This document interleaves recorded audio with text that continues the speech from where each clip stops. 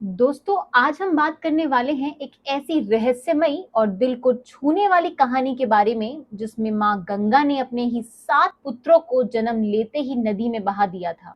सुनने में ये बहुत कठोर और डरावनी लगती है, लेकिन इसके पीछे एक गहरा रहस्य, एक श्राप और एक वचन छुपा हुआ है। ये कथा महाभारत के महान पात्र भीष्म पितामह के जन्म से जुड़ी है और आज हम इसे पूरे विस्तार से समझेंगे। तो इस वीडियो को अंत तक जरूर देखिए, क्योंकि आखिर में हम इस कहानी से मिलने वाली जीवन की बड़ी सीख पर भी बात करेंगे। तो चलिए देर किस बात की है, शुरू करते हैं ये कथा। ये कहानी शुरू होती है हस्तिनापुर के महाराज शांतनु से, जो एक दिन गंगा नदी के तट पर घूम रहे थे। वहां उन्होंने एक अद्भुत सुंदरी को देखा, जिसका सौंदर्य देखकर राजा उस पर मोहित हो गए। वो सुंदरी कोई और नहीं बल्कि स्वयं माँ गंगा थी, जो मनुष्य रूप में धरती पर आई थी।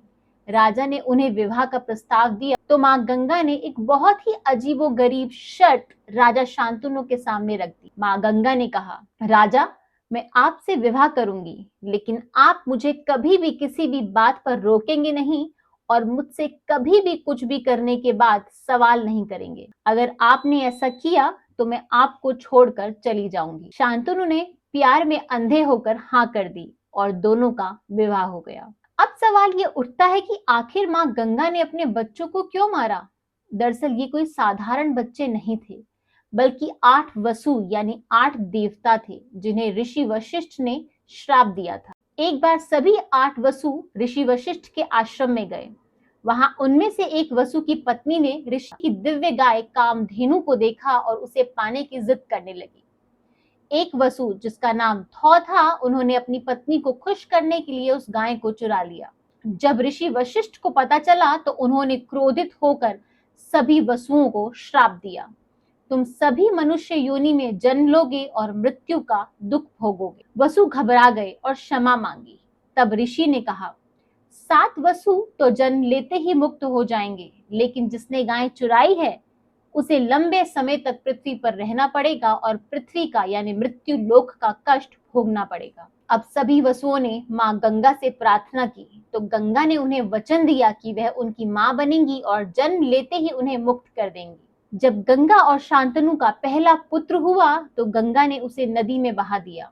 शांतनु यह देखकर बहुत हैरान थे, लेकिन अपनी शर्त याद कर चुप हो गए और गंगा से कोई सवाल नहीं किया। ऐसे करते करते एक एक करके 7 पुत्रों को गंगा में जन्म लेते ही मार डाला। हर बार शांतनु का दिल टूटता, लेकिन वो कुछ भी नहीं बोल पाते थे। जब 8वें पुत्र जो थौ वसु का जन्म हुआ तो शांतनु से रहा नहीं गया। उन्होंने माँ गंगा को रोककर पूछा, तुम मेरे पुत्रों को क्यों मार रही हो? तब माँ गंगा ने सच्चाई बताई, ये वसु थे जिन्हें मैं श्राप से मुक्त कर रही थी। अब आपने अपनी शर्त तोड़ दी है, इसीलिए मैं जा रही हूँ, लेकिन ये 8वां पुत्र आपके पास ही रहेगा। यही पुत्र देवव्रत भीष्म पितामह के नाम से प्रसिद्ध हुए, जिन्होंने आगे चलकर महाभारत में एक अहम भूमिका निभाई। तो दोस्तों, ये थी माँ गंगा और उनके 7 पुत्रों की कहानी, जिसमें एक श्राप, एक वचन और एक बलिदान छुपा हुआ है। हर घटना के पीछे कोई ना कोई गहरा कारण जरूर होता है। अनजाने में किया गया पाप भी बड़ा दुख दे सकता है, इसलिए अपने सभी कर्मों को हमें सोच समझ कर करना चाहिए। वचनों का पालन करना बहुत आवश्यक है, लेकिन कभी कभी मौन भी भारी पड़ता है। आज की वीडियो अगर आपको अच्छी लगी है और आपको इससे कुछ भी शिक्षा मिली है तो हमारी इस वीडियो को लाइक, शेयर एंड कमेंट जरूर कीजिएगा और ऐसे ही और वीडियोस के लिए हमारे channel mystery and mind with Chitra को सब्सक्राइब करना मत भूलिएगा। आज की वीडियो देखने के लिए आपका बहुत बहुत धन्यवाद। राधे राधे, जय श्री कृष्ण।